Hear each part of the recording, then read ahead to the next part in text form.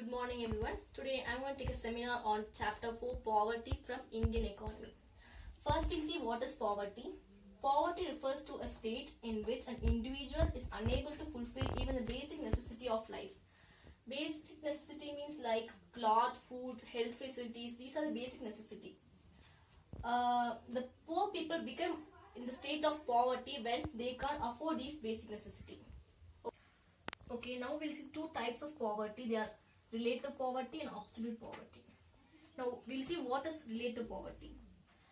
Poverty of people comparison to other people, region, nation. That is comparing our poverty situation with other region. And what is absolute? Absolute is same as like our definition. The inability to arrange our basic human needs, cloth, food, etc. That is called absolute. Relative is comparison between other country with our country with other country, and absolute is we can arrange our basic needs. This is called absolute poverty. Now we'll see characteristics of poor people. First is hunger and starvation. Hunger and starvation, where poor people can't afford food, so they definitely will have hunger and starvation. Poor health because of low health facilities. Debt trap, they don't have means like even in the case of farmer, he don't have that he don't have any resource of loans. Weak bargaining power, water facility and electricity are very low. Gender inequality that happen in everyone, but in poverty it's too much.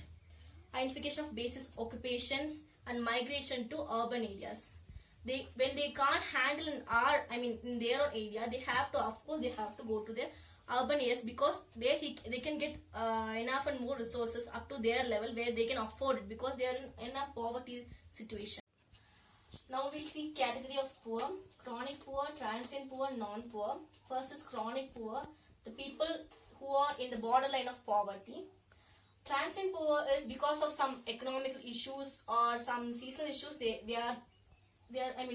push into a poverty line. That is called the transient poor. And non-poor include the people who are not poor also, never poor. That is called non-poor.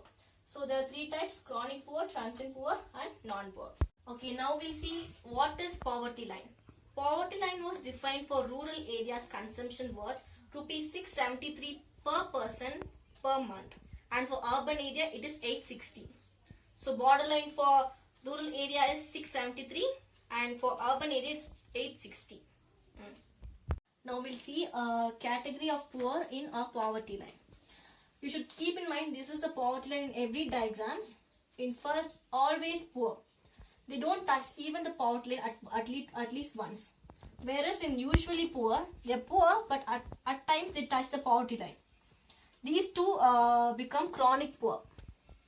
Whereas in churning poor and occasionally poor, they have consequent fall and rising in their income or something in other resources. So they are called churning poor. And occasionally poor, they always rich but at times they fall. So that's called occasionally poor. These churning poor and occasionally poor turn into transient poor. Whereas occasionally poor plus never poor, they don't come at least even touch the poverty line. They become non-poors. We'll see causes of poverty. First is economic cause. Second is social cause. And third is political and administration cause. Okay. Now we'll see things come under each causes. First is economic cause. In economic cause, low of productivity, lack of capital formation, lack of industrialization, these come under economic cause. And in social cause, prevention of child marriage, caste system, inequality, these come under social causes. Whereas in political and administrative cause, political instability, failure of government policies. Now we'll see deep into this political and administrative cause. Start. Now we'll see special programs of poverty alleviation. We have many subtopics in these programs. The first is self-employment or wage employment programs. In that first program is Rural Employment Generation Program. The Khadi and Village Industry Commission (KVIC) launched this program on 1st April 1995. The This is to generate 2 million jobs in rural areas of country. Next is Prime Minister's Rozgar Yojana, implemented in 1993, designed to create and provide suitable self-employment opportunity to the 1 million educated unemployment youth in our country who are living in the poverty line. The third program is Food for Work program.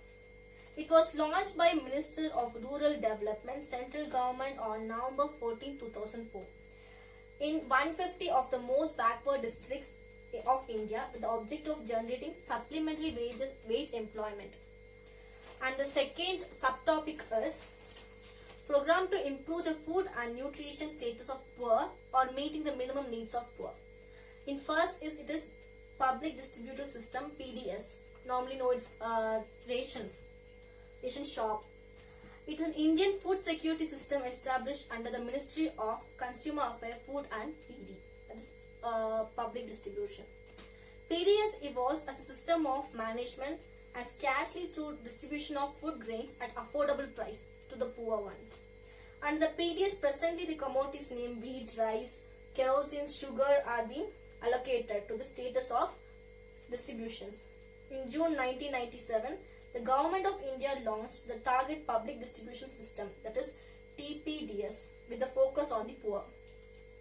Under TPDS, beneficiaries were divided into two categories: household below the poverty line, and that is BPL, and household above the poverty line. The next program is Integrated Child Development Scheme, ICDS. It's a government program in India which provides food, preschool education, primary health care, immunization, health checkup, etc. to children under 6 years and to their mothers too.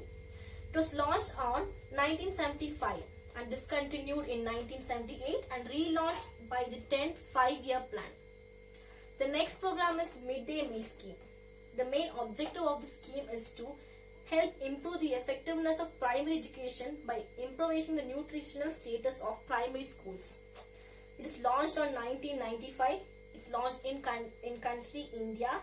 The status is still it's active.